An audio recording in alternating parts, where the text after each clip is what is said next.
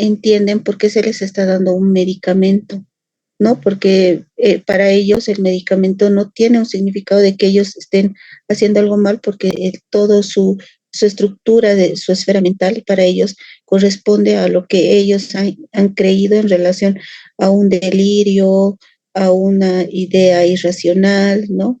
Entonces, pero yo estoy bien, yo estoy sano, los que están mal están ustedes, que es un discurso conocido en pacientes con esquizofrenia, ¿no? Y las rehospitalizaciones, que normalmente es parte de la enfermedad, ¿no? Muchas veces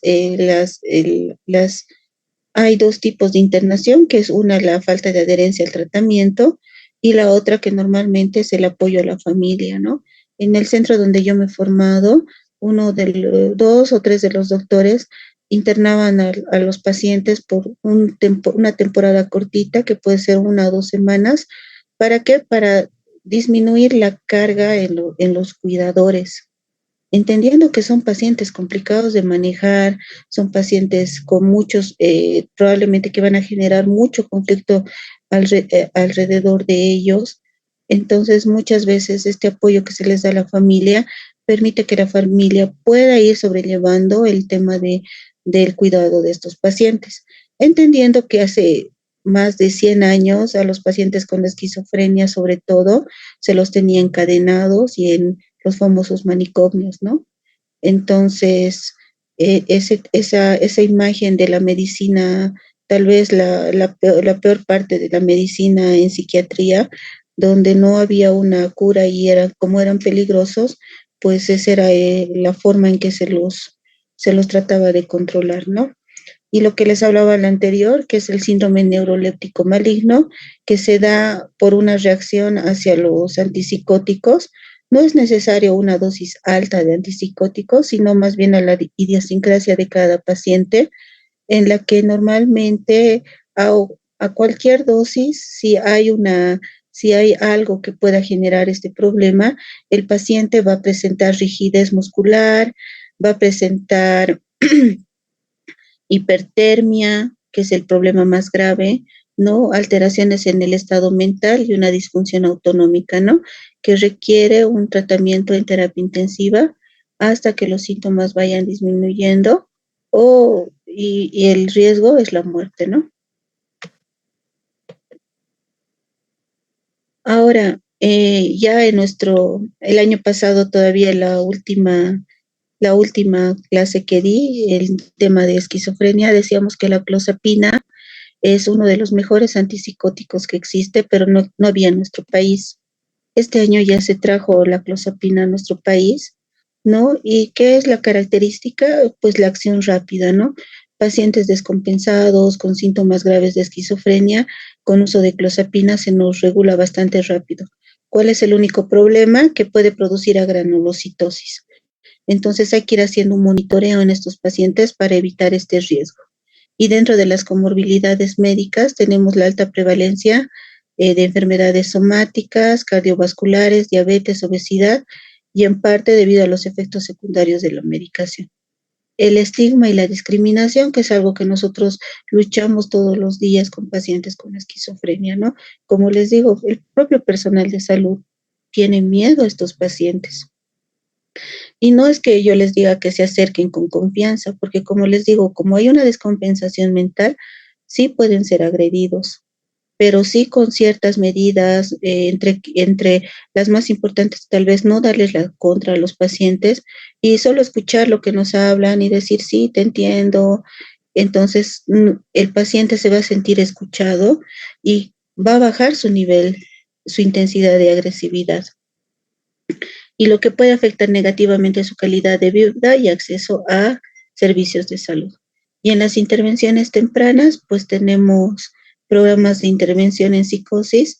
Normalmente ahora se maneja que cuando nosotros desde jovencitos, o sea, desde el inicio de la adolescencia, notamos ciertas características, porque normalmente el paciente con esquizofrenia tiene características desde la niñez, ¿no? Niños ensimismados, callados, retraídos, que no hablan, que no tienen amigos, que no les importa tener amigos, ellos viven en su mundo, tú sabes que probablemente ese paciente va a ser esquizofrenia cuando sea adulto. Entonces, en otros países ya se monitoriza a estos pacientes para empezar ya uso de antipsicóticos a una edad temprana. ¿Para qué? Para evitar uno, el primero, el brote de esquizofrenia, que llega a ser muy complicado de manejar y, como les digo, puede traer muchos problemas a nivel familiar. Y número dos, también lo que nos permite es ir que esta enfermedad, el paciente no se cronifique y se discapacite, que significa que no haga nada de su vida. La idea de tratamientos a temprana edad se está viendo es que el paciente pueda continuar con una vida relativamente normal. Si alguno de ustedes ha visto la película Mente Brillante, ¿no? Donde el actor se imagina que la CIA lo persigue, era un matemático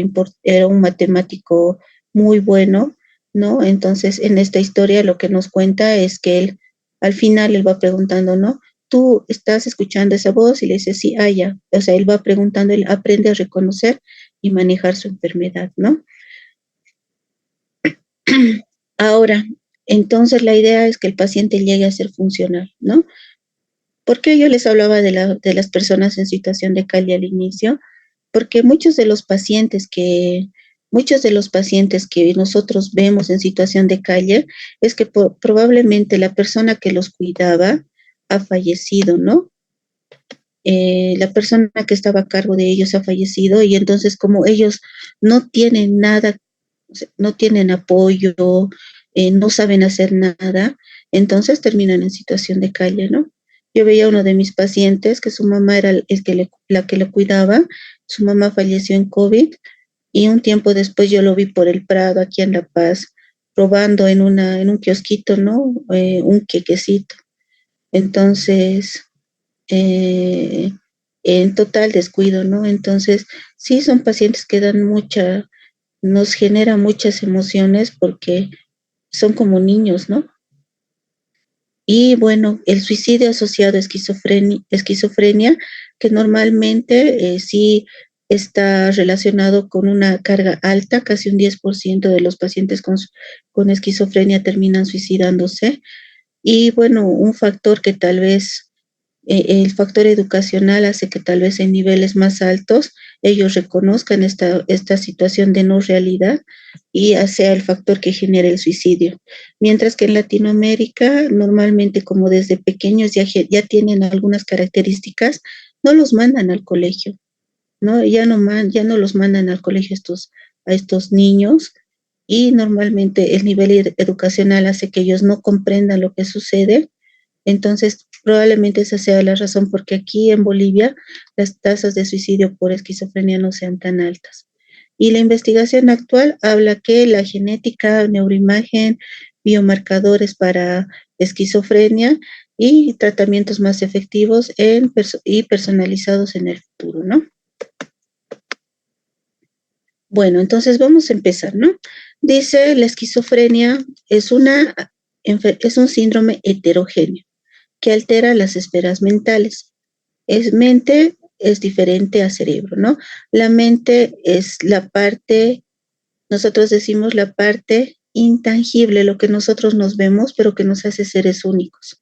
Cómo pensamos, cómo actuamos, cómo sentimos, cómo nos portamos, cómo razonamos. Todo eso es la mente. Y la parte tangible es el cerebro. Sabemos que dentro de nuestro cerebro está la mente.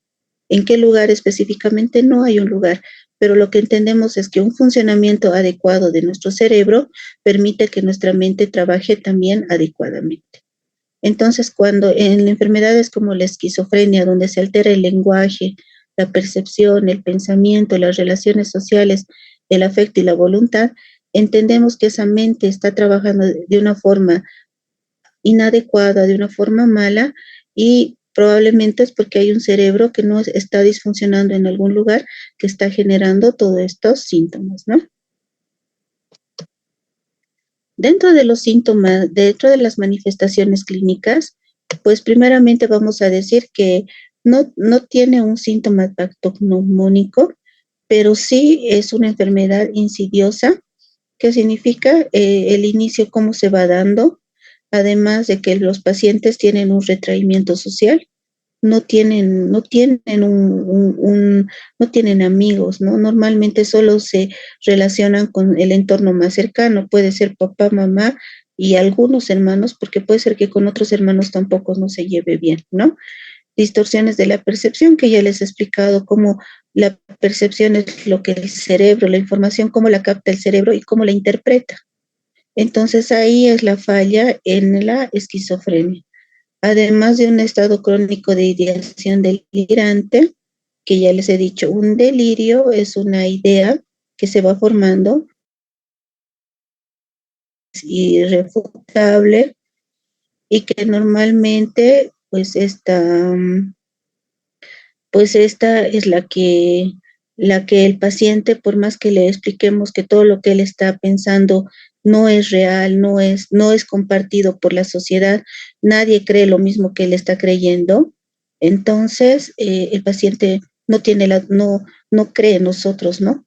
Y las alucinaciones que se presentan, que pueden ser de todo tipo en relación a los sentidos, pueden ser alucinaciones visuales, alucinaciones auditivas, alucinaciones olfatorias, pueden ser alucinaciones táctiles, ¿no?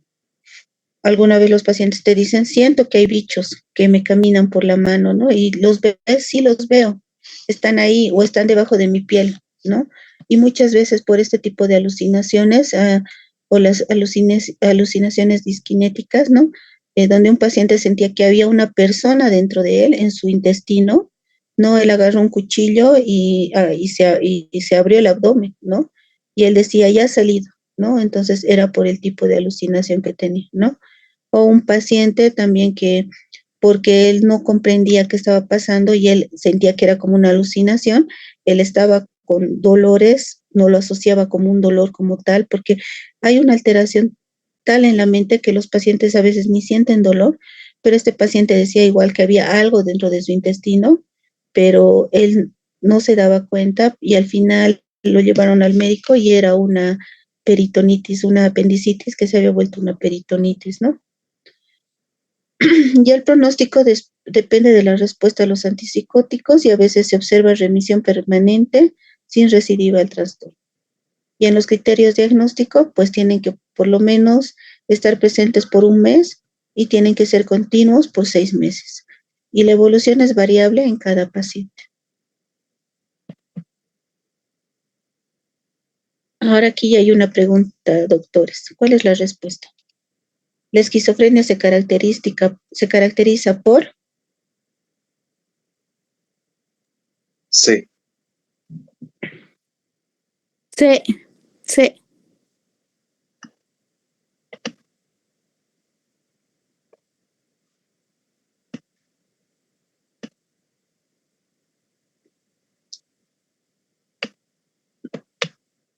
Muy bien. Vamos a volver a explicar un poquito lo que son los síntomas, ¿no? Cuando nosotros hablamos de la esquizofrenia como tal, los pacientes van a debutar con síntomas positivos. Eso tienen que tenerlo claro, doctores. Un paciente con esquizofrenia va a debutar con síntomas positivos. ¿Qué significa? Con los síntomas que están generando más actividad en el sistema, en el cerebro, y que normalmente son los síntomas positivos, la desorganización conceptual, ideas delirantes, alucinaciones, comportamiento desorganizado, ¿no? Y eso es lo que nos llama la atención, ¿no? Mi hijo ha empezado a hablar cosas sin sentido, ha dicho que tiene que matar a muchas personas porque él es el hijo de Dios, ¿no? O tenía un paciente también con consumo de marihuana, pero que ha terminado con una esquizofrenia, que él decía que tenía que entregar como a Dios, a su hermanito menor, como Isaac, como Abraham entregó a Isaac, y que tenía que hacerlo en Navidad, ¿no? Entonces la familia no le tomaba importancia, pero el día de Navidad desapareció el, los dos hermanitos, ¿no? Se llevó a su hermanito menor y ya la familia se ha asustado. Entonces, por suerte lo han encontrado a tiempo, que él estaba así manejando un cuchillo y probablemente estaba pensando sacrificar a su hermanito, ¿no? Entonces, ese tipo de historias que nosotros vemos en pacientes con esquizofrenia son el debut. Y el debut, ¿por qué? Porque el pensamiento, lo que ellos creen, cómo ellos pueden actuar, llega a ser muy peligroso. Dentro de los síntomas negativos que les he dicho que se van dando a través de la evolución de la enfermedad y también a veces por el uso de los medicamentos, donde vemos un deterioro funcional, lo que les decía, que estén todo el día echados en la cama, no hagan nada, no quieran hacer nada, solo quieren comer y dormir o ver televisión. Esa es la vida de los pacientes con esquizofrenia crónica, ¿no? Entonces, normalmente nosotros teníamos pacientes en salud mental abandonados y lo que si nosotros los dejábamos, podían estar todo el día echados en la cama. Entonces, a la fuerza teníamos que sacarlo, cerrar el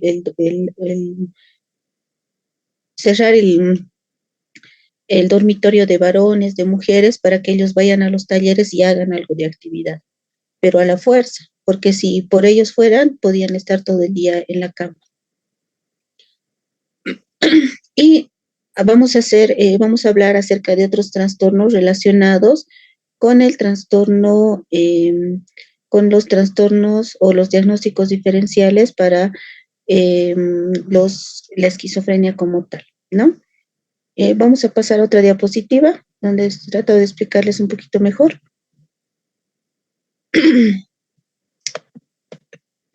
¿No?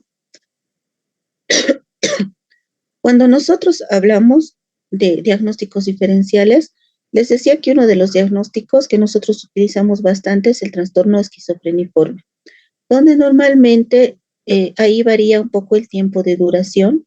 Normalmente un cuadro que se da entre el mes antes de los 6 meses está dentro de la clasificación de trastorno esquizofreniforme. ¿Qué significa? Que después de los 6 meses el cuadro va regulándose. ¿En qué enfermedades normalmente se pueden dar esta? ¿En qué patologías están asociadas? Pues probablemente en consumo de sustancias, ¿no? O que normalmente el consumo de sustancias puede generar síntomas parecidos a la esquizofrenia, pero por el tiempo, cuando no se cronifica, pues nosotros estamos frente a un trastorno esquizofreniforme, ¿no? El número 2 es el trastorno esquizoafectivo. Normalmente los pacientes con esquizofrenia, el afecto es aplanado. ¿Qué significa? Que tú le puedes decir al paciente, ha fallecido su mamá, y el paciente en vez de llorar puede reír, ¿no? O el paciente te puede mirar y decir, ya, ¿y qué más? ¿No? O sea, no es que el paciente no sienta, sino que no hay una conexión con cómo deberíamos manejar las emociones, ¿no? Entonces muchas veces pasa que a los pacientes les están riñendo o están en la policía porque han cometido un delito y se están riendo, ¿no? Entonces la policía ya dice, no, está loco, mira cómo se ríe, porque normalmente esa es la característica de un paciente con esquizofrenia, que el afecto sea aplanado, que el afecto sea incoherente o que el afecto me voy a acordar y ahorita les digo, ¿no? Pero en el trastorno esquizoafectivo, normalmente los pacientes pueden tener alteraciones en los estados de ánimo, ¿no? Pueden llorar, pueden sentir tristeza, pueden ponerse mal, ¿no? Entonces son síntomas que sí se han asociado al trastorno esquizoafectivo, ¿no?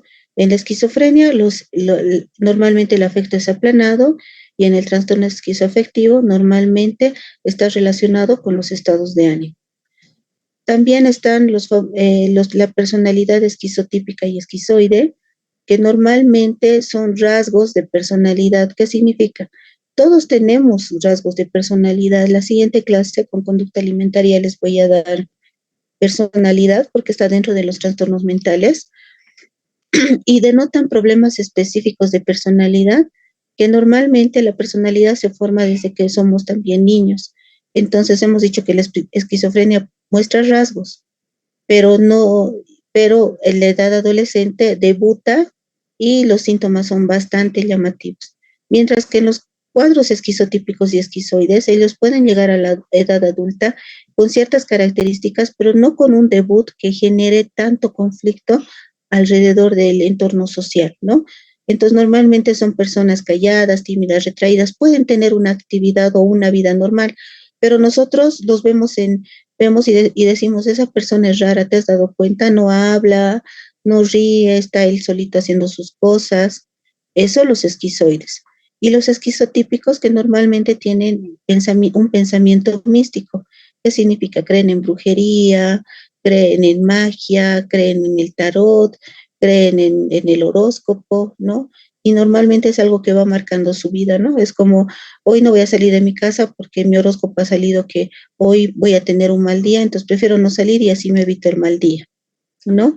Entonces, o las personas que creen en los ánimos, en el ánima, ¿no? Que creen, digamos, en que te han hecho una maldición, ¿no? O algunos pacientes me dicen, me han quitado la maldición con conejo y que piensan que todo lo que les está pasando está relacionado a este tipo de pensamiento, ¿no?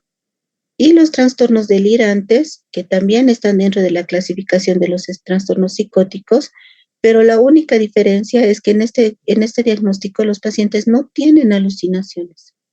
Un trastorno delirante puro, ¿no? Es un trastorno donde no hay un comportamiento desorganizado y tampoco no hay alucinaciones. Son personas que sí creen, pero pueden tener una vida relativamente normal hasta que tú les hablas de su delirio, ¿no? Es como pueden trabajar, pueden tener, y tú le dices, ¿y tú crees en los extraterrestres? Y te dicen, sí, un extraterrestre ha venido, me ha visitado, ¿no? Yo creo que ellos están entre nosotros, y entonces ya empieza toda la historia, y ya tú ya empiezas a imaginarte que ese paciente está mal, ¿no?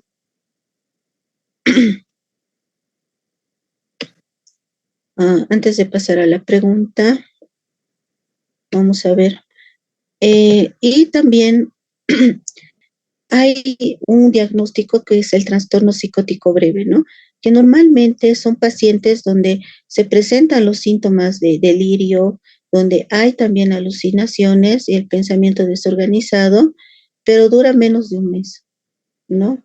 No hay una causa específica que haya generado. En algunos casos puede ser un consumo de sustancias, un factor psicoestresante, pero dura menos de un mes y al mes ya está bien, está estable, ya ha mejorado, entonces estábamos frente a un diagnóstico de un trastorno psicótico breve. Y la catatonía, que es un tipo de esquizofrenia, porque hay diferentes tipos de esquizofrenia: la esquizofrenia paranoide, la hebefrénica, la desorganizada, la indiferenciada y la catatónica.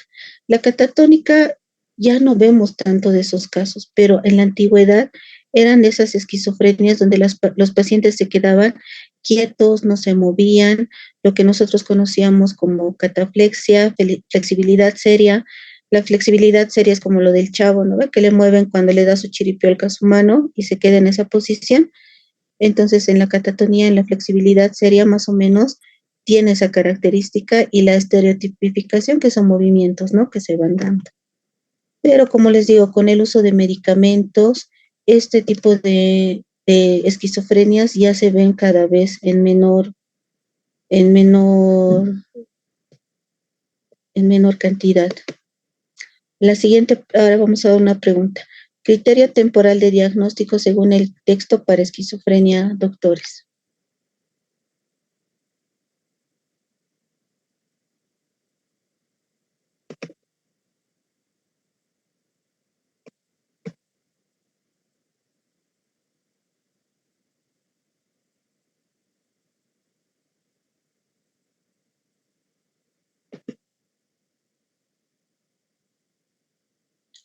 Muy poquitos están participando. Traten de participar, doctores, para que ya la parte de psiquiatría ya la vayan acabando.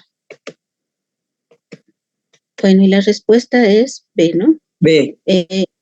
Sí, es más de, el tiempo es más de, tiene que haber más de 2 síntomas por más de un mes, y que estos síntomas tienen que estar por lo menos 6 meses o más de 6 meses, ¿verdad? Continuos. Ejemplos de síntomas positivos, doctores.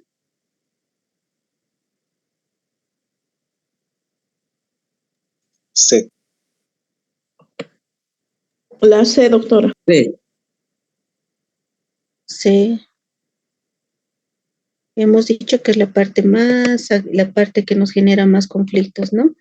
Entonces son las ideas delirantes, las alucinaciones y la desorganización conceptual. Y ejemplos de síntomas negativos, que hemos dicho que son los síntomas con los que el paciente tiende a cronificarse. La A, doctora. A. Muy bien. Muy bien, doctores. Y normalmente la evolución típica con la edad, como hemos dicho que los pacientes van a terminar.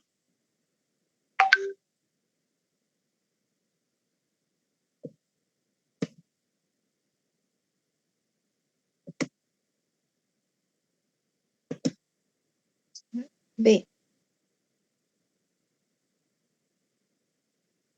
Algunos dicen A y otros dicen B. B. Sí, porque, ¿cómo A? Porque los síntomas positivos más bien empiezan a disminuir y los que quedan son los síntomas negativos, ¿no ve? Entonces, si normalmente los pacientes con el tiempo ya no son tan agresivos, ¿no? Llegan a ser bastante tranquilos o manejables, ¿no?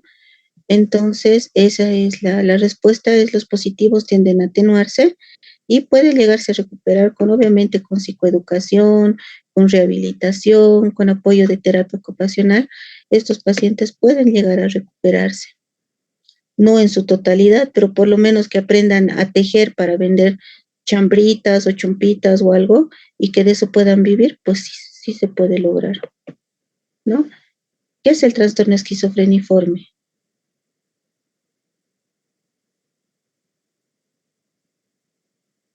B. B. B, Ok, doctora. muy bien. La respuesta es B. ¿Y en el trastorno esquizoafectivo? La E.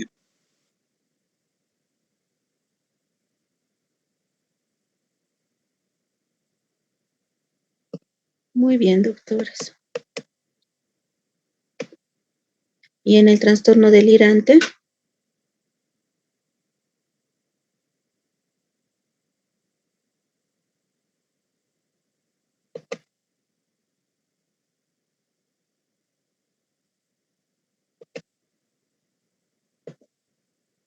Muy bien, hay dos. ¿Alguien más? Ok, entonces el trastorno delirante solo son delirios, no hay comportamiento, ni tampoco hay, no hay alucinaciones, no hay comportamiento desorganizado, ¿no? Entonces no cumple todos los criterios de esquizofrenia, ¿no? Y trastorno psicótico breve, A. ¿qué dicen los demás? A, doc.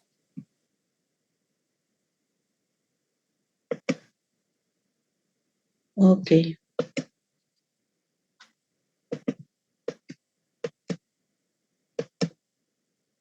Bueno, hemos sacado esta primera parte. Ahora vámonos a epidemiología, ¿no? En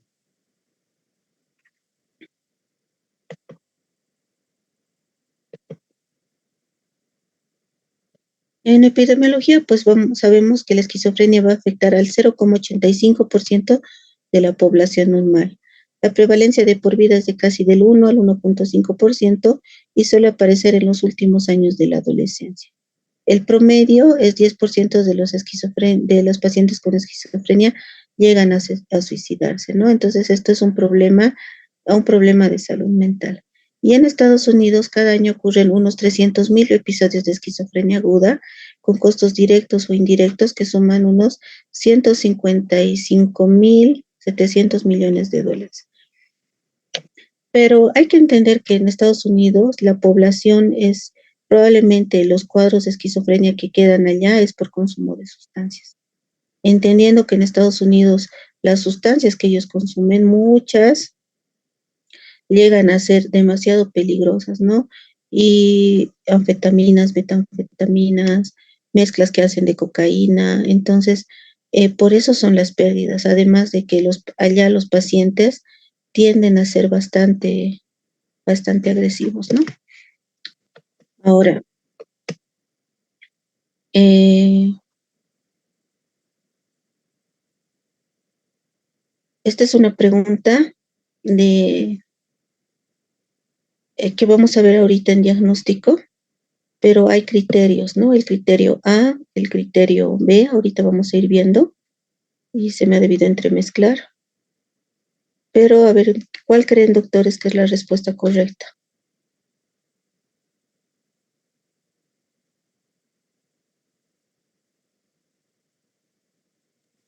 Todos, doctora. F. F, todo. Bueno, sería E, ¿no? A ver, todos, ¿no? Todos son criterios para el diagnóstico de esquizofrenia. ¿Riesgo suicida en esquizofrenia, doctores?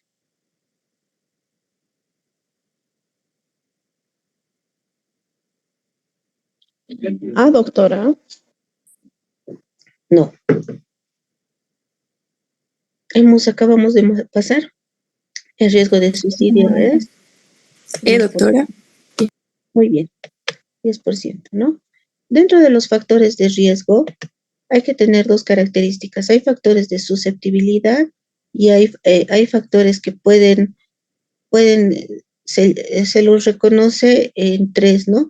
Los precipitantes, los que pueden generar un cuadro de esquizofrenia, los de mantenimiento, que son factores que pueden hacer que la enfermedad se mantenga a través de los años, con síntomas positivos muy presentes, y los precipitantes, los predisponentes, que son factores que están asociados a que se active la enfermedad, ¿no? Y primeramente, el trastorno se observa alrededor del 6.6% de los parientes en primer grado, o sea, tiene una carga genética también alta. Esquizofrenia y trastorno bipolar son los cuadros psiquiátricos con mayores altas tasas de, de heredabilidad, y que si los dos padres tienen la enfermedad, el riesgo de transmitirla a sus hijos es del 40%, ¿no? O sea, es alta, es bastante alta, ¿no? Es también como en bipolares, 1 de cada 2 niños va a tener trastorno bipolar, ¿no? Se han descrito algunos factores de riesgo como la susceptibilidad genética, lesiones en el comienzo de desarrollo, haber nacido en meses de invierno y padres añosos, ¿no? Pero también esto ya que no está en el libro, pero para que ustedes conozcan, hay factores que precipitan, ¿no? Como la heredabilidad, los antecedentes de la mamá, ¿no? Un parto, un embarazo donde ha habido mucho sufrimiento parte de la madre, ¿no? Y también está el tema de de haber nacido en meses de invierno, y entre esos los que precipitan y entre los que predisponen, tenemos algún traumatismo, algún golpe en la niñez de la cabeza que haya generado un desmayo, pérdida de la conciencia, ¿no? Además de algunos virus que están relacionados, por eso dice en tema de invierno, luego lesiones, un parto prolongado, ¿no? Un sufrimiento fetal, esos, y lo que normalmente, y el consumo de sustancias, y lo que va a mantener la enfermedad probablemente son los factores psicoestresantes y el consumo de sustancias. Pero en lo que el libro les describe es la susceptibilidad genética, lesiones en los comienzos del desarrollo, haber nacido en los meses de invierno y padres añosos, ¿no? Entonces la pregunta dice, ¿el trastorno se observa en alrededor de cuánto porcentaje de todos los parientes de primer grado? ¿Cuál es la respuesta?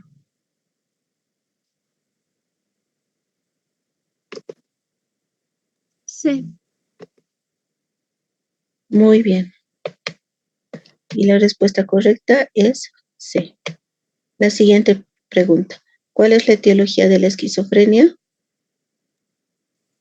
Todas. Todos, doctora. Todos, muy bien. Ahora, las familias predispuestas a la esquizofrenia tienen riesgo de presentar otros trastornos psiquiátricos como trastornos esquizoafectivos y trastornos de la personalidad esquizotípica y esquizoide, que ya les he explicado, que son tipos de personalidad que se van formando a través de la vida hasta los 23 años, pero que normalmente es un perfil de déficit social e interpersonal con incapacidad de consolidar relaciones interpersonales íntimas, un comportamiento excéntrico y distorsiones perceptivas leves, ¿no? ¿Cuál es la diferencia entre los esquizoides y los esquizotípicos? Al esquizoide no le importa no tener amigos, o sea, no es su interés tener amigos, mientras que el esquizotípico quiere tener amigos, pero normalmente es rechazado por cómo se comporta, por cómo habla, la excentricidad que a veces tienen estos pacientes hace que sean pacientes rechazados, ¿no? Entonces, y la otra que normalmente el esquizoide es más ensimismado, callado, mientras que el esquizotípico, lo que les decía, pensamientos mágicos, místicos, creen cosas mágicas, místicas, y eso también hace que las personas puedan alejarse o no querer tener relación con este tipo de personas, ¿no? Dice que los estudios a gran escala en relación al genoma completo han identificado más de 100 locus de riesgo de pequeño efecto y unos cuantos variantes en el número de copias de efecto mayor. Junto con efectos epigenéticos, también se ha visto la exploración inicial de la aplicación clínica de las puntuaciones de riesgo poligénica en el diagnóstico y en el pronóstico, y que las vías identificadas incluyen, implicadas son las vías inmunitarias, la inflamación y la señalización celular, ¿no? Igual que en autismo, ¿por qué siempre toco autismo? Porque, doctores, va a ser algo que va a ser, estamos en pandemia de autismo, solo que nadie ha declarado pandemia, pero es por el número de casos. Pero igual que en autismo, la neuroinflamación, además que en el embarazo, los factores de riesgo, o sea, el sufrimiento como tal de la mamá, abandono, factores estresantes, hace que ya la neuroinflamación la viva el feto que se está desarrollando, ¿no? Entonces, esto también se está relacionando con estos cuadros psiquiátricos, como la esquizofrenia. Y el diagnóstico diferencial tenemos que es un diagnóstico por exclusión, que significa que si vemos que está afectado a los estados de ánimo, ya no es esquizofrenia, es esquizoafectivo.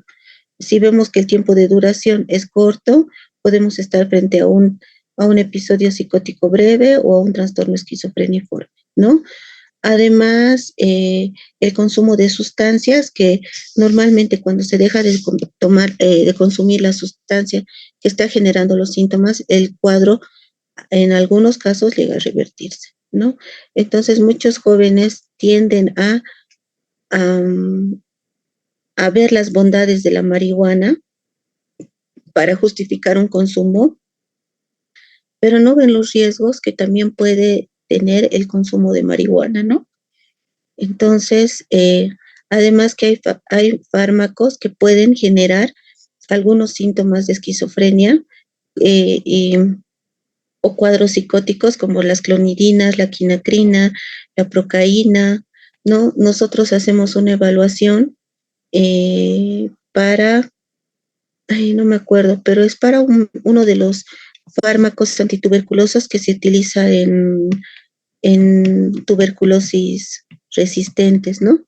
Entonces, ¿por qué? Porque puede generar un cuadro psicótico, y si hay antecedentes de cuadros psicóticos, el paciente puede desencadenar una esquizofrenia, ¿no? Y uno de cada 4 pacientes no tratados presenta rigidez motora, temblor y discinesias, a pesar de que no sea medicado.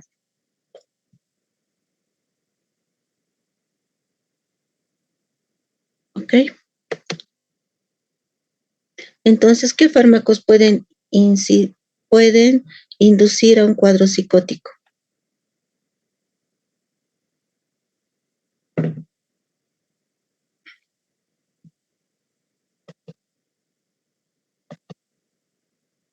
Muy bien.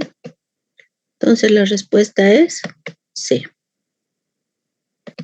Ahora, dentro de los tratamientos, sí les voy a dar, porque el año pasado entró una pregunta de estas, creo que al examen, ¿verdad? Entonces sí vamos a tomarnos un poco más de tiempo para que ustedes entiendan el tema de antipsicóticos. Primeramente, entender que hace hasta más o menos unos tal vez 80, 90 años, la esquizofrenia no tenía cura ni tratamiento. Entonces, normalmente, ¿qué es lo que los pacientes los encerraban en los manicomios y pues eran pacientes que eran rechazados, ¿no? Abandonados. ¿Por qué? Por todo, como les digo, por el comportamiento que ellos presentan. Normalmente, como son cosas que están fuera de la realidad, normalmente nosotros nos alejamos de este tipo de pacientes, ¿no? Entonces, entendiendo que la clomipramina es uno de los primeros antipsicóticos que se han descubierto, que normalmente ni siquiera es que se buscó para la esquizofrenia, sino era un medicamento que se estaba buscando un medicamento para las náuseas y de una forma accidental, digamos, se ha visto que para los pacientes con esquizofrenia regulaba los síntomas positivos y los síntomas negativos, ¿no? Entonces, cuando nosotros damos la medicación, tal vez lo que más nos importa es bajar los síntomas positivos, es disminuir la sintomatología positiva y mejorar la sintomatología negativa para que no sea una causa de discapacidad del paciente. Y dentro de los síntomas positivos, ya sabemos que están alucinaciones, delirios y además todo el comportamiento desorganizado. Los antipsicóticos actúan en las vías dopaminérgicas, actúan a nivel de los receptores D2 y D3, ¿no? Y que normalmente esta es la forma en que nosotros vamos controlando los síntomas, ¿no?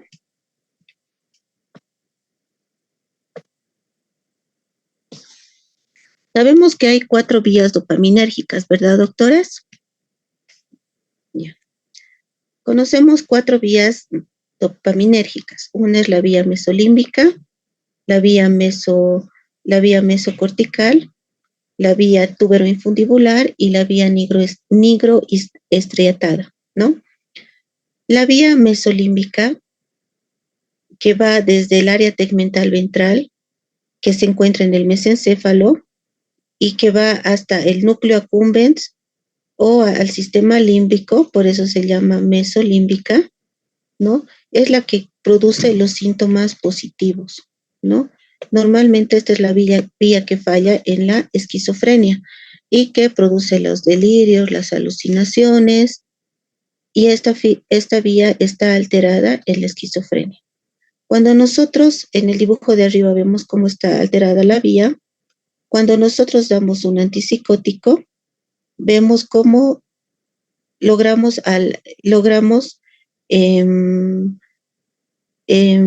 son antagonistas de la recaptación de dopamina. Entonces, como vemos, se va ocupando el lugar de los receptores y los síntomas van regulándose, ¿no? Entonces, los síntomas positivos empiezan a disminuir. Eso en la vía mesolímbica. En la vía mesocortical, que es la que está más relacionada con los síntomas negativos, va desde la vía mesolímbica, va desde el área tegmental ventral hasta la corteza prefrontal. Y esta es la que está relacionada con la parte, en una función normal, esta vía está relacionada con la parte cognitiva, ¿no? Y con las funciones ejecutivas. Pero cuando esta vía no trabaja adecuadamente, el paciente va a tener síntomas negativos que ya hemos visto, que es la anedonia, la bulia, la apatía, todas ¿no? La falta de ganas, la energía, todo eso, que es esta vía que está alterada. Cuando usamos la medicación, esta vía se va regulando igual por el tema de los antagonistas de los receptores de los D2. Entonces los síntomas negativos también empiezan a regularse y la persona pues puede estar más activa, más funcional.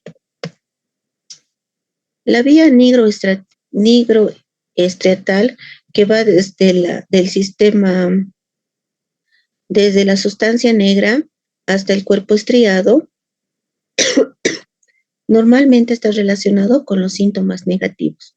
Cuando nosotros damos un antipsicótico en dosis muy altas o por idiosincrasia el paciente no nos responde bien a antipsicóticos, podemos llegar a a que el paciente presente síntomas, efectos secundarios, y uno de los más importantes son los temblores, la caticia, ¿no? A veces también la cialorrea, ¿no? O que normalmente está relacionado a esta vía, que es la misma vía que está afectada. ¿En qué enfermedad, doctores? ¿En qué enfermedad la vía nigroestriatal también está afectada? Parkinson. En Parkinson, muy bien. Entonces, por eso en los pacientes cuando empiezan a temblar, empiezan a tener movimientos parkinsonianos, se le llama, esto es un efecto secundario y nosotros le llamamos pseudo Parkinson, ¿no? Porque aparenta los síntomas del Parkinson, pero al retirar el antipsicótico y que ya el cuerpo logre eliminarlo, estos síntomas vuelven a desaparecer, ¿no? Es un efecto secundario por el uso de antipsicóticos. Y la última vía, que es la vía tuberoinfundibular, que va desde el hipotálamo hasta la hipófisis, ¿no? Y que es la que, la dopamina es la que inhibe la producción de prolactina, ¿no? Entonces, en una situación normal, esta vía no genera prolactina, pero también por un efecto secundario del uso de antipsicóticos, cuando ya hemos rebasado las vías dopaminérgicas, normalmente y bajo ciertos medicamentos como la risperidona, el paciente puede tener secreción láctea, ya sea varón o sea mujer, puede tener una secreción. Entonces, esto nos obliga a cambiar el antipsicótico porque está produciendo un efecto secundario bastante desagradable, ¿no? Además que ya estamos viendo que la dosis está afectando todo nuestro sistema dopaminérgico. Entonces, pueden ser dos opciones. Si no hay otra opción, pues bajamos la dosis y si realmente podemos y tenemos la posibilidad de cambiar de antipsicótico, pues lo hacemos. ¿Ok, doctores? Entonces, ya hablando de las vías dopaminérgicas, vamos a entender que los antipsicóticos van a actuar en estas vías.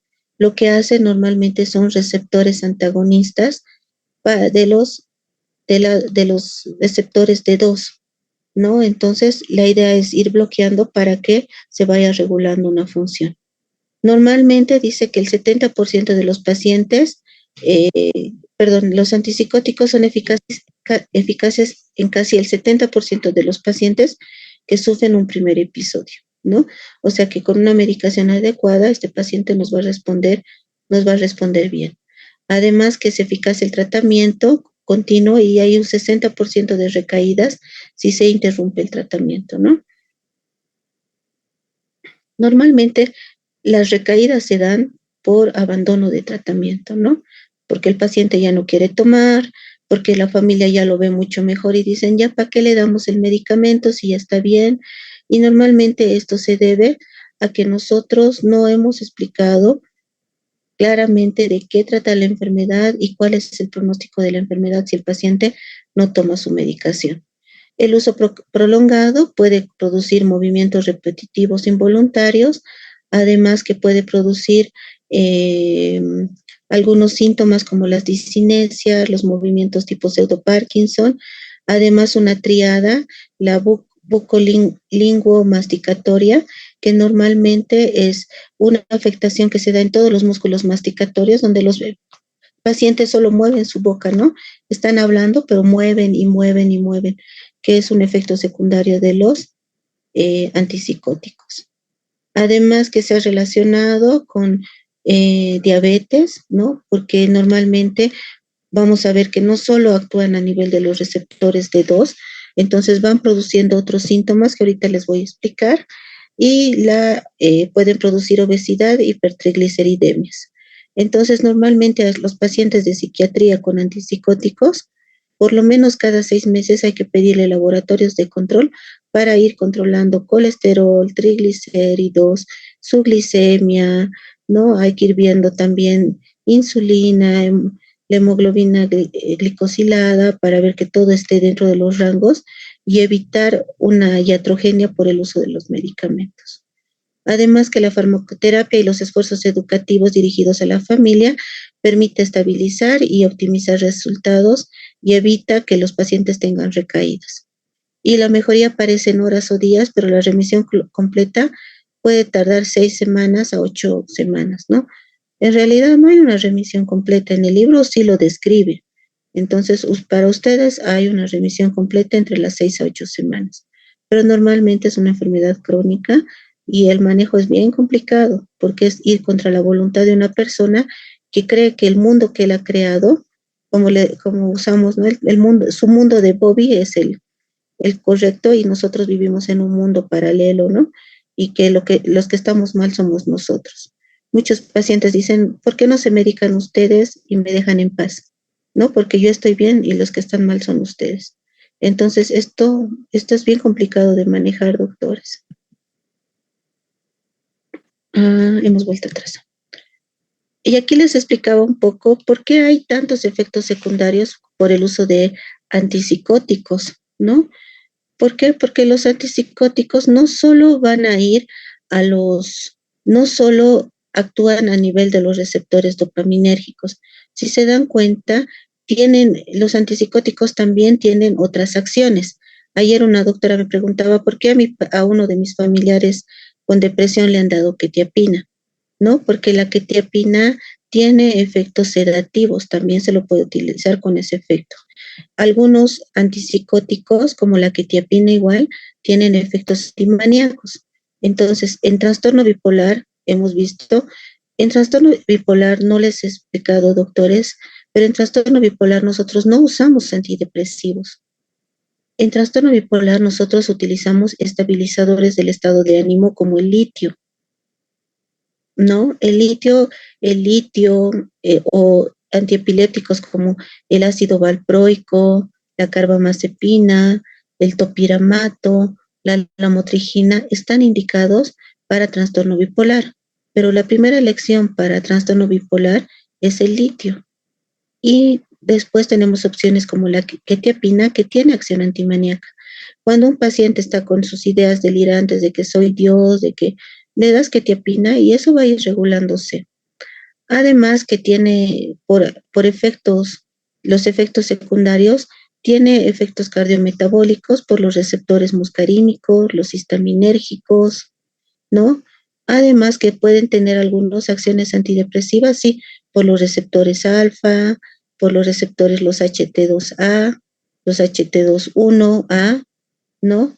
Que son los que normalmente nosotros llamamos como el antipsicóticos, antes se llamaban los sucios, así se llamaba. ¿Por qué? Porque actuaban sobre todos estos receptores. Entonces, como actuaba sobre todos estos receptores, normalmente los pacientes por los muscarínicos y por los histaminérgicos pueden subir de peso, ¿no? Alteraciones cardiometabólicas por los alfa-adrenérgicos, ¿no? Que normalmente están relacionados con esto, ¿no? Entonces, esas son las acciones que se pueden ir viendo en antipsicóticos, ¿ya? Ahora, cuando hablamos de antipsicóticos, vamos a ver que se dividen en dos grupos, ¿no? Uno son los típicos y los atípicos, ¿no? Dentro de los típicos son los primeros que han ido apareciendo, ¿no? Y entre estos tenemos, un minutito, por favor, ¿me dan? Si no me van a seguir llamando.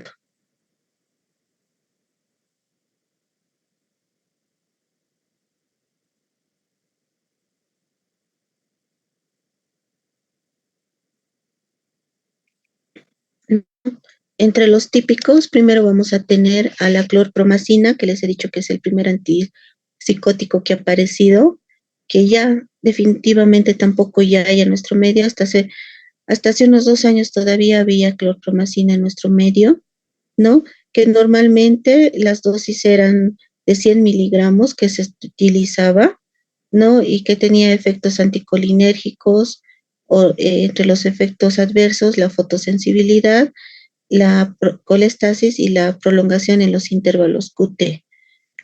igual que en antidepresivos, tenemos que tener cuidados como con la mitriptilina. Hay antipsicóticos que pueden producir prolongaciones del intervalo QT. Entonces está contraindicado en pacientes con arritmia, ¿no? Entonces, para iniciar un tratamiento con antipsicóticos, nosotros tenemos que pedir laboratorios y un electrocardiograma. ¿Por qué razón? Porque puede ser que por querer iniciar rápido y el paciente tenga un problema cardíaco, terminemos matándolo, ¿no? Entonces hay que tener cuidado con el inicio de antipsicóticos, ¿no? Normalmente en las personas de la tercera edad, que pueden ser por un delirium que vamos a llevar la próxima clase, ¿no? En delirium que podemos dar antipsicóticos a nuestros viejitos que están ahí agresivos, están respondiendo a algo que les está afectando, ¿no? Entonces es mejor preguntar si él tiene antecedentes cardiológicos o si tenemos un electro o algo para evitar cualquier reacción adversa y relacionada a la medicación, ¿no?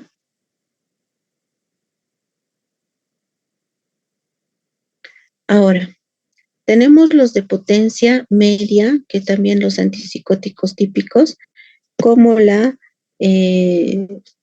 trifluoperacina, perfenacina, loxapina, molindrona, que bueno, no hay en ninguno nuestro medio, pero normalmente los efectos colinérgicos es lo que marca, ¿no? Y no hay tanto aumento de peso como en otros casos, ¿no? Y después tenemos los de potencia alta, que tenemos el haloperidol, que sigue siendo uno de los de primera elección en psiquiatría. ¿Por qué razón? Por el tiempo, por la acción que es rápida, ¿no? Es un antipsicótico de acción rápida, además que el paciente puede responder a dosis bajas del medicamento, ¿no? Y normalmente por la acción rápida en pacientes posoperados, en pacientes con neumonía, con infecciones que hacen un cuadro de delirium o de un síndrome confusional agudo, pues va a responder rápido, que es lo que necesitamos por las características de los síntomas que pueden tener estos pacientes, ¿no? Entonces, haloperidol normalmente se utiliza a dosis en esquizofrenia de 5 hasta 20 miligramos, perdón, vamos a volver atrás, de 5 a 20 miligramos, además que hay haloperidol en inyectable y también hay haloperidol de depósito. ¿Qué significa? Que a pacientes que no quieren adherirse al tratamiento, se les coloca una inyección intramuscular al mes, entonces se va liberando 2,5 miligramos de haloperidol cada día, con lo que podemos tener cierta estabilidad con el paciente, ¿no?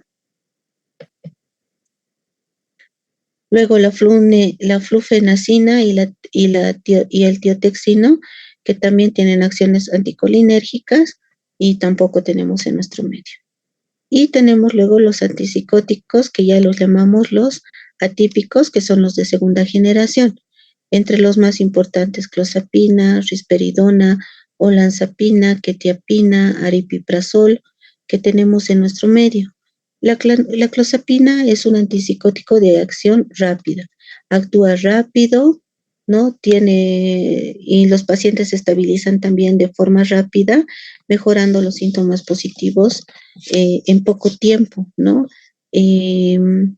Pero ¿cuál es la acción por la que normalmente no se utiliza con mucha frecuencia? Es uno, por la agranulocitosis, ¿no? Donde en casos hay que ir controlando cada cierto tiempo, ¿no? Dice control de leucocitos por los primeros 6 meses. Primero se controla cada semana, luego cada 2 semanas, y a partir de los 6 meses ya podemos ir controlando una vez al mes, ¿no? Y que no nos haga agranulocitosis. Además que puede haber un aumento de peso, el paciente puede convulsionar cuando hay alguna actividad eléctrica en el cerebro anormal, además que puede presentar cialorrea y la hipertermia, ¿no? Y la risperidona, que también es utilizado mucho en nuestro medio, las dosis normalmente van de 2 a 8 miligramos y que Entre los efectos secundarios puede haber también alteraciones metabólicas, ¿no? Y que se requiere ajuste de la dosis viendo cómo va respondiendo el paciente. La olanzapina, que es uno de los antipsicóticos con mejor respuesta que tenemos, pero ¿cuáles son los efectos adversos que sí o sí van a haber en los pacientes? Es el aumento de peso, ¿no? O sea, si el paciente está tomando su olanzapina, ustedes van a ver que va a aumentar de peso, ¿no? Y que también aumenta la prolactina. La quetiapina, que no solo tiene efectos antipsicóticos, sino también antimaníacos, ¿no? Que tiene un efecto también sedativo, aumento de peso, en algunos casos también puede aumentarles la ansiedad a dosis altas y que su administración se da dependiendo normalmente cada 12 horas. Y el aripiprazol, que es el único antidepresivo que no, antipsicótico, perdón, que no produce tantos efectos secundarios, ¿no? O sea, no está relacionado más que todo con el tema del peso y para mantenimiento de la esquizofrenia, ¿no? Entonces, en otros países es protocolo para el inicio del tratamiento utilizar quetiapina, olanzapina, clozapina, risperidona, haloperidol, hasta que se controlen los síntomas positivos. Cuando ya los síntomas positivos están controlados, la idea es cambiar a aripiprazol, que es el que hace que no haya tantos síntomas o no haya presencia de síntomas negativos, ¿no? Entonces, esa es la bondad del aripiprazol. Y hay otros antidepresivos como la paliperidona, iloperidona, la cenepina, ¿no? Que son antipsicóticos que no contamos en nuestro medio, pero que sí está relacionado con todos los síndromes metabólicos. Y la lurasidona, que es el único antidepresivo que es uno de los antipsicóticos que se utiliza en depresión bipolar. ¿Se acuerdan que les dije que en trastorno bipolar no se utiliza antidepresivos? Este no es un antidepresivo, es un antipsicótico que se puede utilizar en la fase depresiva del trastorno bipolar, ¿no? Y que puede producir náuseas, ¿no? Y el brexpiprazol, la primabencerina y la caripacina, que pues no tenemos en nuestro medio, pero también está asociado a casi los mismos síntomas, ¿no? Ansiedad, mareo, fatiga, sedación, ¿no?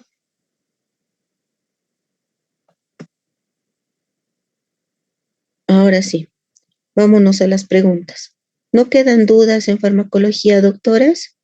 Antes de empezar, preguntas.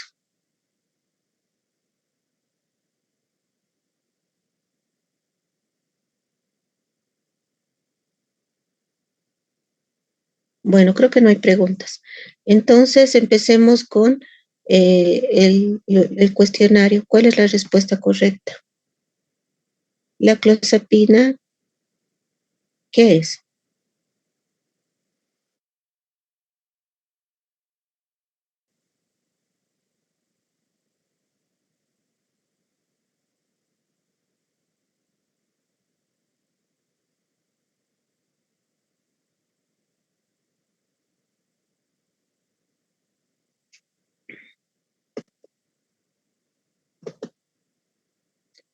Muy bien, la respuesta es D. Mayor bloqueo de 5-HT2, algo de afinidad por D4 y superior en resistentes y en prevención de suicidio. Riesgo de granulocitosis del 1% y convulsiones al 10%. Dice que los antipsicóticos son eficaces en el 70% de los pacientes que sufren un primer episodio de la enfermedad. La mejoría aparece en el plazo de horas a días, pero la remisión completa suele tardar entre 6 a 8 semanas. La elección depende sobre todo del perfil de efectos secundarios, de horas o días para la remisión completa suele tardar otra vez entre 6 a 8 semanas. Y la elección depende sobre todo del perfil de efectos secundarios, antecedentes familiares y respuesta favorable a uno de estos fármacos, ¿no? Entonces, muchas veces cuando te dicen mi papá tiene esquizofrenia o mi abuelo tenía esquizofrenia, ¿y qué medicamento utilizamos? Pero solo wancha papi hinaka munkia. Solo Apague wan a su solo wan. micrófono. Doctor, su micrófono está encendido. Ok. Entonces, normalmente preguntamos si qué antipsicótico toma y si le ha estabilizado. Entonces, la idea es volver a utilizar el mismo antipsicótico porque probablemente tengamos la misma respuesta. Y los antipsicóticos atípicos suelen ser más eficaces en el tratamiento de síntomas negativos y de la mejoría en la función cognitiva, ¿no? Ya que haloperidol, a pesar de que es uno de los antipsicóticos con más rápida acción, ¿cuál es el efecto que normalmente se asocia o hay estudios que produce un proceso de neurotoxicidad, ¿no? Y que hace que por el uso del antipsicótico el paciente se deteriore más rápido, ¿no? Y tengan esos cuadros que parezcan demencias por la toxicidad del medicamento a nivel de nuestro cerebro. Entonces, con antipsicóticos atípicos como risperidona, olanzapina, quetiapina, clozapina, aripiprazol, este efecto secundario no se ve tanto que como con haloperidol, ¿no? Por eso en algunos otros países no usan mucho el haloperidol, ¿no? Y normalmente suelen conseguirse respuestas terapéuticas equivalentes con dosis relativamente bajas de cualquiera de los fármacos elegidos, ¿no? Normalmente a dosis bajas los pacientes sí nos responden de 4 a 6 miligramos, de 10 a 15 o de 4 a 6, ¿no? Pero doctores, no responden los pacientes a 5 gotitas de haloperidol en la noche, ¿no? Alguna vez veo que tienen miedo a utilizar, les dan 2 gotitas, 3 gotitas, que el medicamento viene 1 miligramo en 1 ml, entonces le están dando como 0,01 o 0,02 miligramos. No tiene ningún efecto, entonces, para delirium es diferente, pero para esquizofrenia las dosis tienen que ser relativamente altas, entre 5, 10 de haloperidol, 3 miligramos de risperidona, ¿ya? Y que, a ver, el 80%, estas dosis producen bloqueos superiores al 80% de los receptores D2 y hay poca evidencia que dosis más altas incrementen la rapidez o la magnitud de la respuesta. Y el tratamiento del movimiento obliga a prestar más atención tanto a la posibilidad de una recaída como a la aparición de alteraciones del movimiento. Y el tratamiento intermitente es menos eficaz que el continuo, pero es probable que la reducción paulatina de las dosis mejore el funcionamiento social y que de los pacientes esquizofrénicos que reciben dosis que mantienen elevadas, ¿no? Porque el deterioro va a ser mucho más rápido. Sin embargo, la interrupción total del tratamiento se asocia con una fase de recaídas del 60% en 6 meses. Y se considera el uso de preparados inyectables como la risperidona, paliperidona, olanzapina, aripiprazol, en nuestro medio haloperidol, para evitar recaídas, lo que les explicaba. Y cuando el paciente no cumple con el tratamiento a base de productos por vía oral y surgen recidivas, hay que pensar en otro tipo de fármacos, ¿no? Como los inyectables, ¿no? Que son fármacos que se utilizan en Estados Unidos, creo que ha salido parches, pero todavía no han llegado a Bolivia, antipsicóticos en parches, ¿no? Para ahí se están haciendo estudios y esperemos que vaya bien, que sería también un buen tratamiento para estos pacientes. Y lo que no responde al tratamiento, al paso es la clozapina, que suele producir una mejoría rápida, pero el retraso prolongado de las respuestas de algunos enfermos obliga a mantener pruebas terapéuticas por 6 a 9 meses para lograr el máximo beneficio, ¿no? Lo que les decía, tardan los medicamentos en hacer efecto, ¿no? Y la evolución también tarda. Y la medicación antipsicótica puede producir una amplia gama de efectos secundarios como somnolencia, ganancia de peso, hipotensión postural, estreñimiento, sequedad de boca y por los receptores histaminérgicos, y que también los fármacos tradicionales Los síntomas extrapiramidales como distonías, acaticia y acinesias se tratan y no se tratan, contribuyen al mal cumplimiento terapéutico, ¿no? Y que normalmente nosotros utilizamos en nuestro medio el piperideno, pero en otros casos pueden utilizar el altridefinilo, que no hay en nuestro medio, ¿no? Para controlar un poco estos síntomas secundarios. Y que hay esencialmente algunos efectos letales como la hiperprolactinemia, las arritmias ventriculares, la obstrucción gastrointestinal, la pigmentación retiniana, la ictericia obstructiva y el síndrome neuroléptico maligno, que ya hemos dicho que los efectos secundarios son hipertermia, disfunción autonómica, rigidez muscular y aumento de la creatinfosfocinasa. Y que los efectos más graves es de la clozapina hay que ir haciendo recuento de leucocitos cada semana y luego cada cierta cantidad de meses, cada mes, para ir evitando la granulocitosis, ¿no? Y que los fármacos atípicos causan mayores efectos secundarios en la regulación de la glucosa, independiente de los efectos en la obesidad, y que existe mayor posibilidad de que la clozapina o lanzapina y quetiapina causen hiperglicemia y un aumento de peso y hipertrigliceridemia. Y que debe cuantificarse de forma cercana, o sea que hay que cada cierto tiempo glucosa plasmática y valores de lípidos para evitar efectos secundarios. Y que un efecto secundario grave de la administración prolongada de antipsicóticos de primera generación y menor grado los de segunda generación es la discinesia tardía, que se caracteriza por movimientos repetitivos, involuntarios y quizá irreversibles de lengua a labios, que ya hemos explicado la tríada buco, lengua, maxilar, ¿no ve? Entonces, esta pregunta, doctores, la discinesia tardía y la evidencia comparativa, ¿qué es lo que nos dice?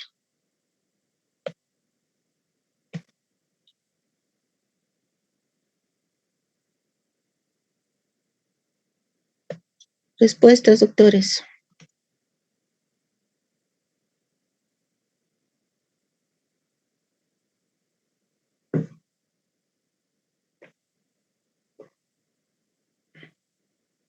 Las respuestas dicen B. B.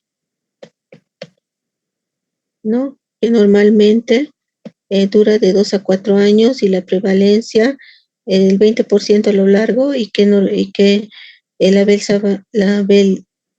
valbenacina está aprobada y que normalmente hay una alta suspensión y que la olanzapina es más efectiva para efectos, pero es más efectiva, pero los efectos metabólicos son los que nos complican y que la perfenacina no es claramente a la inferior, ¿no? ¿Cuál es el efecto adverso más común de los antipsicóticos típicos?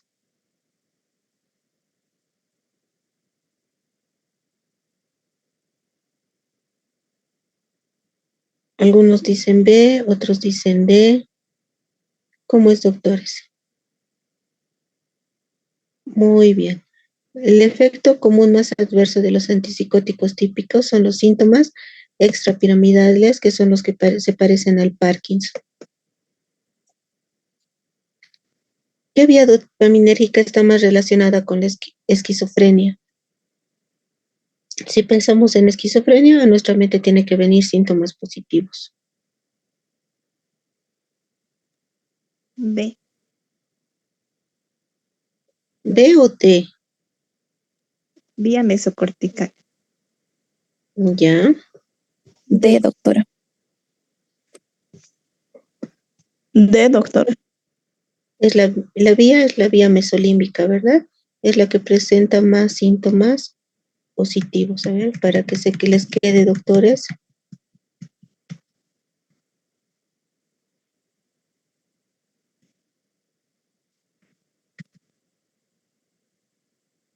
Ahí está, ¿no? Entonces, la vía para los síntomas positivos es la vía mesolímbica, ¿ok? Y para los síntomas negativos es la vía mesocortical.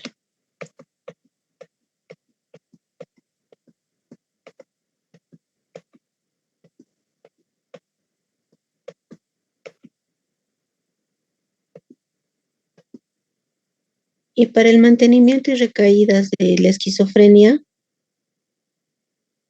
¿cuál es la respuesta correcta?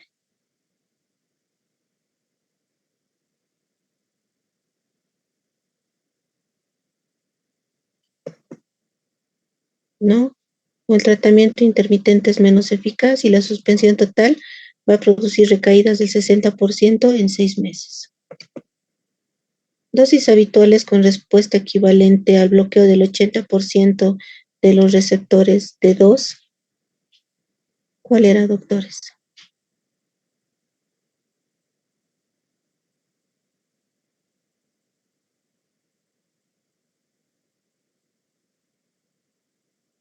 Algunos dicen B, otros dicen C.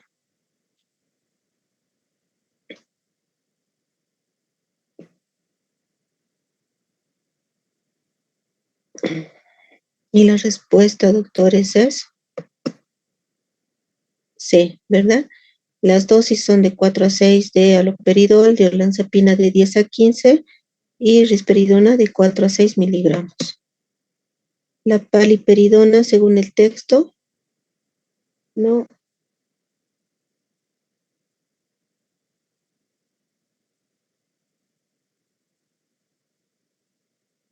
Creo que no hemos hablado de la paliperidona, pero sí está correcta, es un metabolito de la risperidona y comparte propiedades, ¿no? Y no incrementa la prolactina como es un efecto secundario que vamos a ver con el uso de risperidona.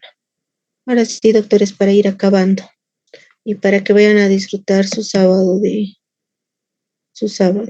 ¿No? Uno es la definición, que la esquizofrenia es un trastorno psicótico crónico caracterizado por distorsiones en el pensamiento, percepción, emociones y lenguaje.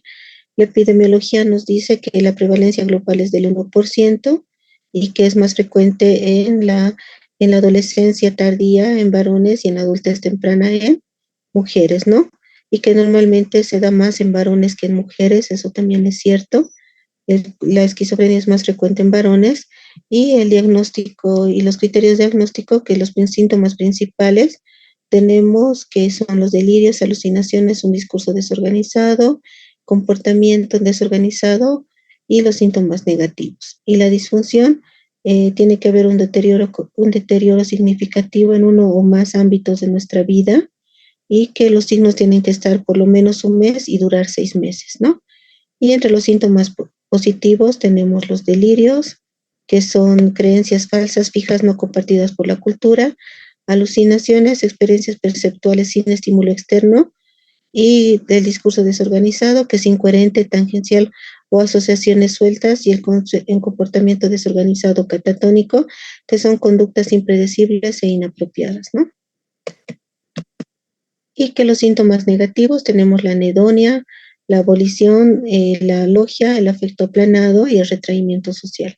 Y la anedonia es la pérdida de interés o la capacidad para experimentar placer, la abolición, que es la falta de motivación para realizar actividades, la logia, que es un discurso empobrecido, no hay un buen lenguaje, el afecto plano, que es una reducción en la intensidad de la expresión emocional, el retraimiento social, que es el aislamiento y disminución de la interacción social, y la etiología y factores de riesgos tenemos los genéticos, que tienen un alto componente hereditario, un factor prenatal, que son las infecciones, la desnutrición, ¿no? Problemas obstétricos, ¿no? Y complicaciones obstétricas, y la neurobiología nos habla de alteraciones en la neurotransmisión dopaminérgica, ¿no? Y las teorías dopaminérgicas, que ya hemos hablado, síntomas positivos, síntomas negativos, vía mesolímbica, vía mesocortical.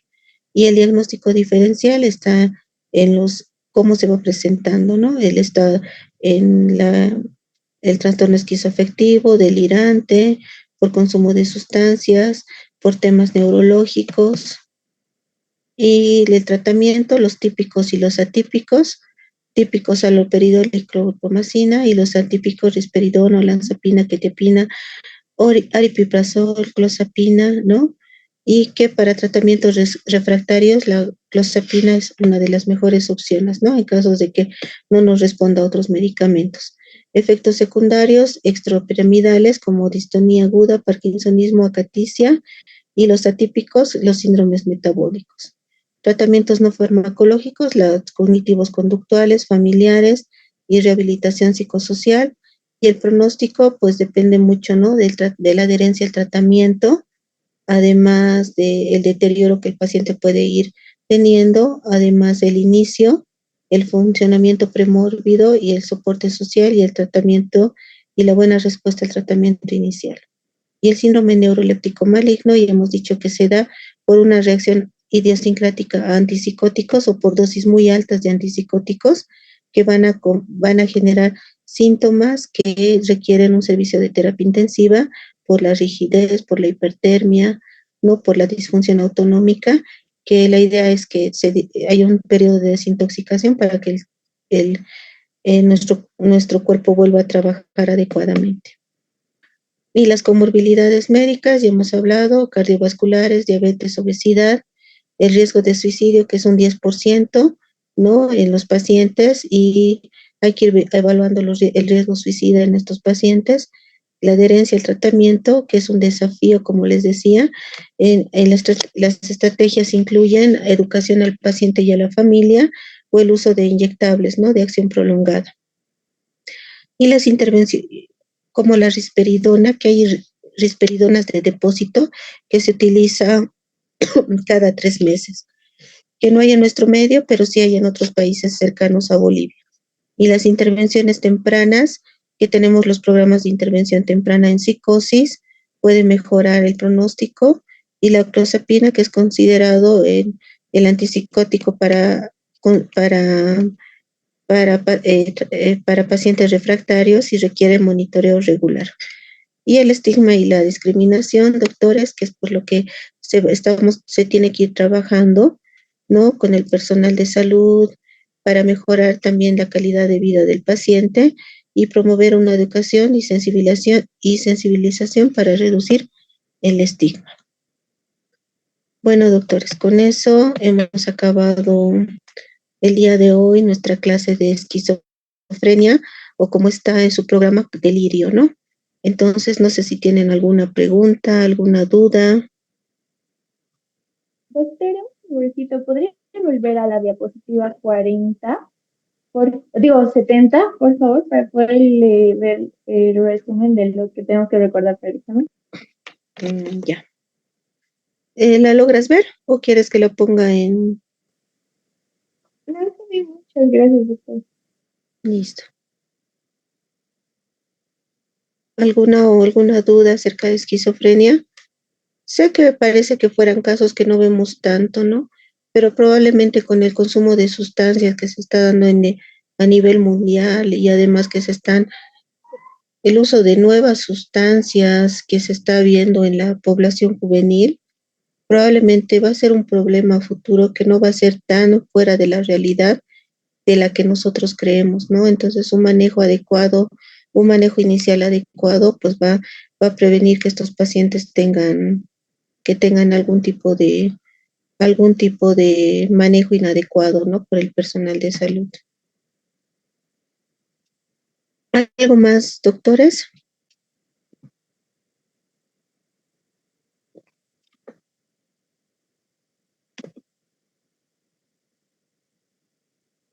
Por los tiempos, ¿no? Dice, ¿cómo diferenciar el trastorno de esquizofrenia al consumo de sustancias? Por los tiempos. Uno, que después de haber abandonado la sustancia, que puede haber generado los síntomas, entonces el paciente va a volver a su mente tener lucidez, claridad. Entonces ya sabemos que el cuadro esquizofreniforme que se ha mostrado ha sido por consumo de sustancias.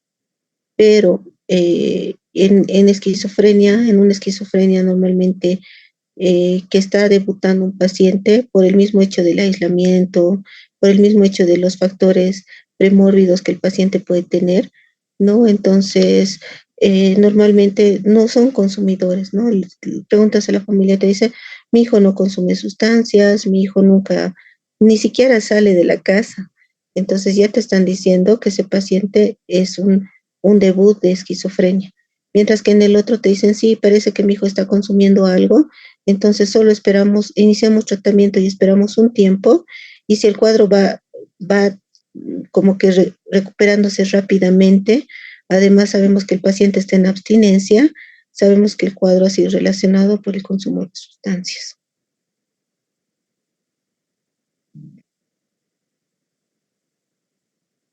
¿Alguna otra pregunta?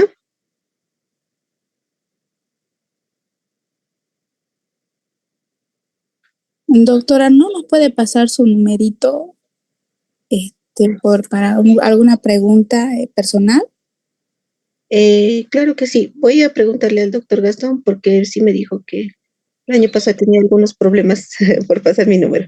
Pero si él autoriza, yo les paso con mucho gusto, o al doctor Gastón pueden pedirle y él les puede pasar también. Ya. Sí, ¿Listo? es para mí. Ya, gracias, doctorita. Listo. Bueno, doctores, entonces hoy acabamos el tema de esquizofrenia. No sé qué días, nos faltan 2